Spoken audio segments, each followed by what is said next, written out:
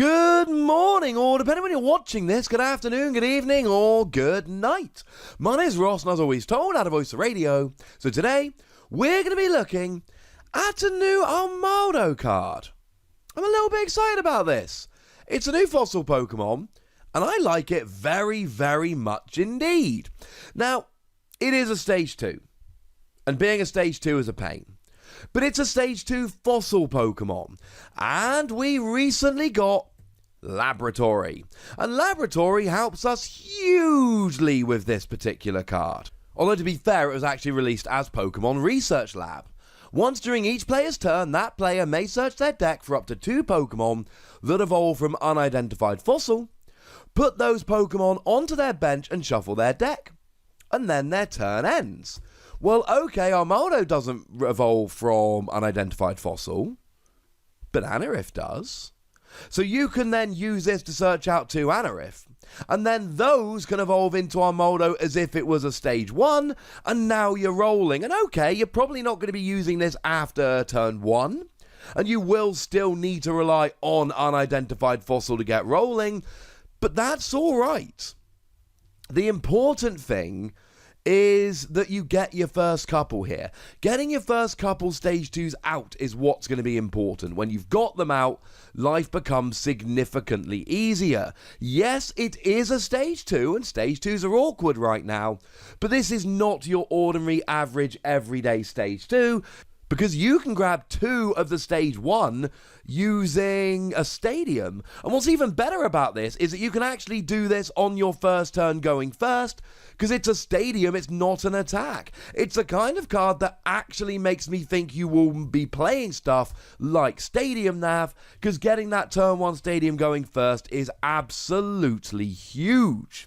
Now, it is a fighting Pokemon, so that means weakness on Pikachu and Zekrom. It means you're doing extra damage with Diancie Prism Star. It means you can use Karate Belt to reduce your energy cost, though you probably won't be doing so. And you can use Martial Arts Dojo to do extra damage if you're using basic fighting, which you probably won't be. At least not if you can help it. Weakness to Grass is brilliant.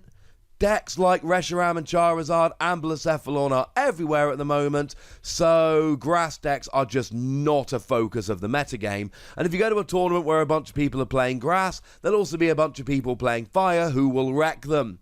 So that's alright. Retreat cost of 2 is kind of annoying, I don't like it. And 150 HP is high. It's up there with Haxorus, but then again there are like far too many people or Pokemon who have 160 like Empoleon, and I'm like, no, I don't like that. Empoleon should have more HP. Boo, etc. Wait, no, this should have more HP than Empoleon. We can argue it in the comment section. It's a big, beefy Stage 2. That's the most important thing. But what does it do? Well, the first attack here is really the one on which we're going to spend our time. 2 colorless energy, 20 damage. This attack does 50 more damage for each unidentified fossil in your discard pile. Cool. So if you've got 4 unidentified fossil in your discard pile, you're doing 220 damage for 2 colorless energy. Yeah, I'm on board with that, ladies and gentlemen. I am totally on board with it. Now, in terms of paying the energy cost, the obvious answer here is triple acceleration energy.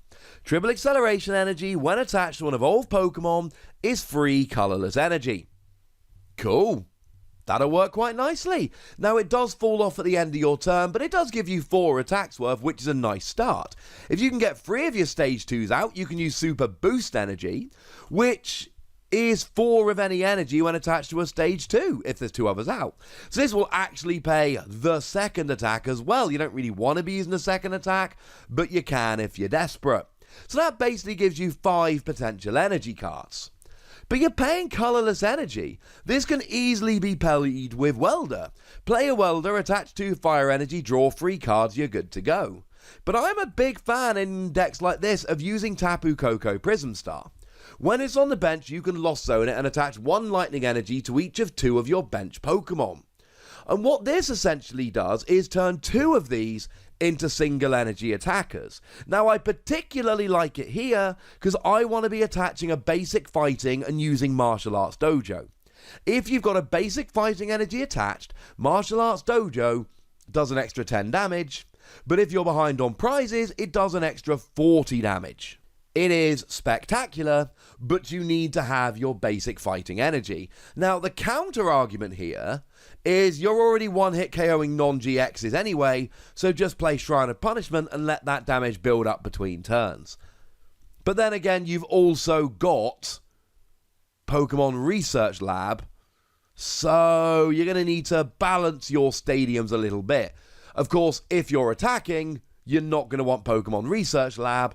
I would probably go Research Lab until you're attacking, Martial Arts Dojo afterwards, because you'll get a little bit more out of it, especially if you're behind on prizes. And this is a deck that may well be behind on prizes.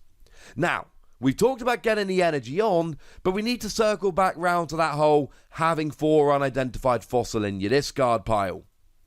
I'm not that worried. Now, what I should be saying here is, no, but Armaldo evolves from unidentified fossil. How are we ever going to cope?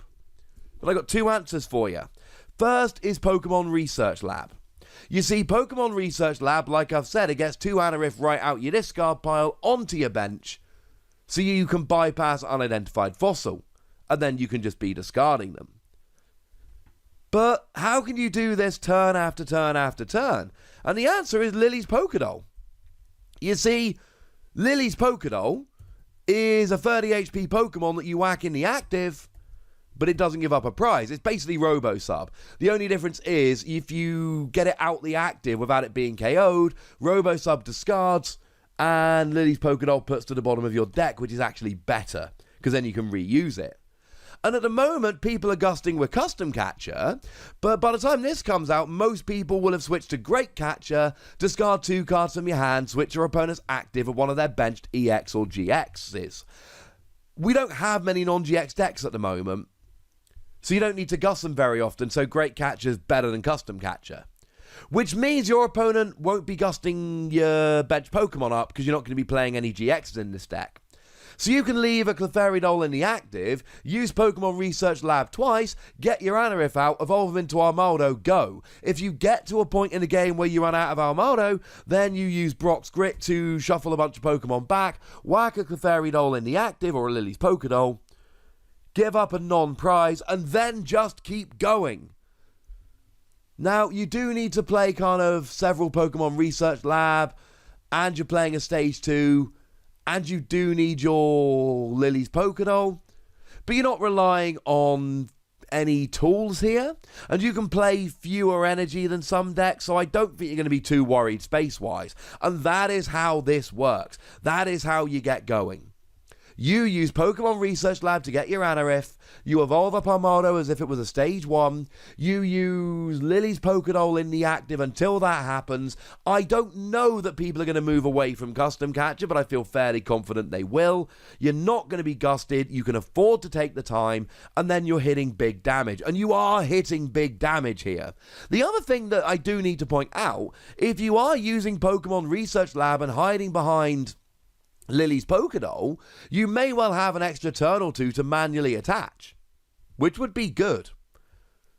And if you're using stuff like Diancie, Prism Star, and Martial Arts Dojo, you're hitting big damage. Now, you should be hitting kind of 220 immediately. And 220 means you're going through Blacephalon. 220 means something like the new Naganadels going down. I am assuming none of them are prized. You may want to consider using Gladion here, because if one of your unidentified fossil ends up prized, that will be a big issue. Unfortunately, I'm messing with you just a little bit. Gladion's rotated, alright? Last printed in Crimson Invasion, it's rotated. The upshot of this is, if you've got multiple unidentified fossil prize, that could be a big issue.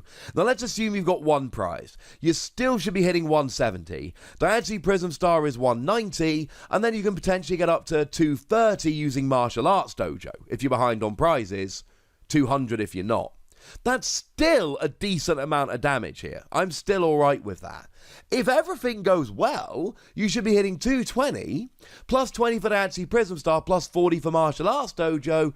All of a sudden, you're sitting there hitting 280, and that will KO everything except Magikarp and Wailord and the free birds Tag Team GX. I know there are a couple of times I've said everything except Magikarp and Wailord, and I've ignored the free birds. It's not competitively viable, but a few people have told me I should be including it. Consider it included this time.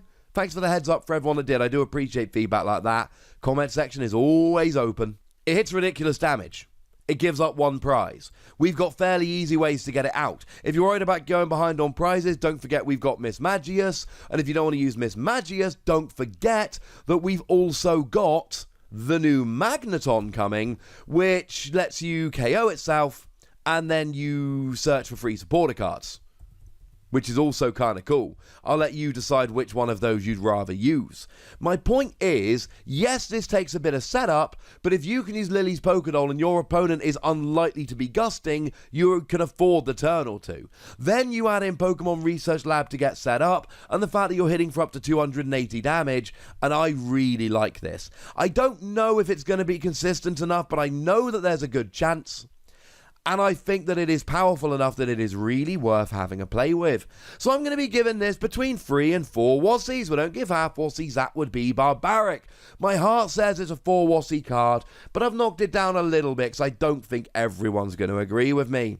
But I'd like to know if you agree with me or not, so let me know in the comments section. Go nuts, be nice. And then make sure you like this video, subscribe to this channel, follow me on Twitter at The Wassie, and Twitch for some live action at twitch.tv/PTCGRadio.